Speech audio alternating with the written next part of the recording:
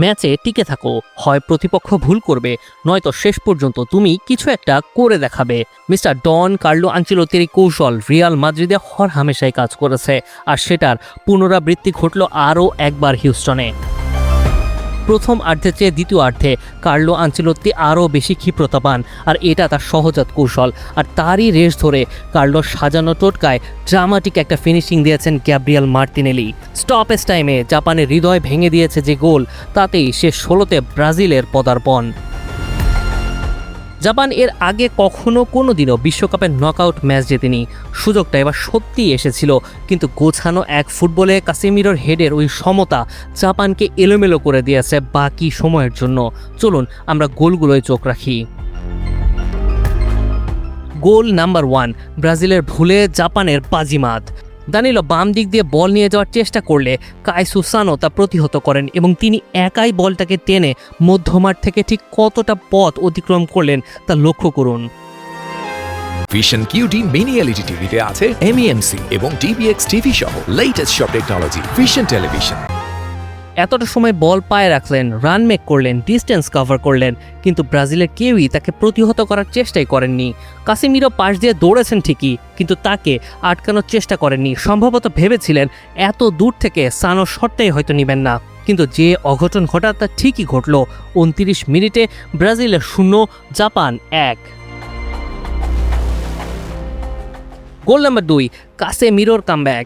Manchester ইউনাইটেডে গেল মৌসুমে কি দুর্দান্ত খেলেছেন কাসেমিরো, তার রিপিট টেলিকাস্ট যেন এই ম্যাচে তার গোল। ম্যান ইউতে তিনি হেসে খেলে এমন হেড করে গোল করেছেন কতগুলো, আর আজকের দিনেও ব্রাজিলের রক্ষা কবচের দায়িত্ব তাই নিজ ঘাড়েই তুলে নিলেন। ডি বক্সের বাহির থেকে গ্যাব্রিয়েলের বাড়ানো বলে কাসেমিরোর বিশ্বস্ত হেডার ঠেকাতে পারেননি। বারবার ব্রাজিলের সামনে দেয়াল হয়ে দাঁড়ানো সুজুকি, আর তাতেই দ্বিতীয় অর্ধের 56 মিনিটে ব্রাজিলের সমতা। Brazil 1, Japan 1।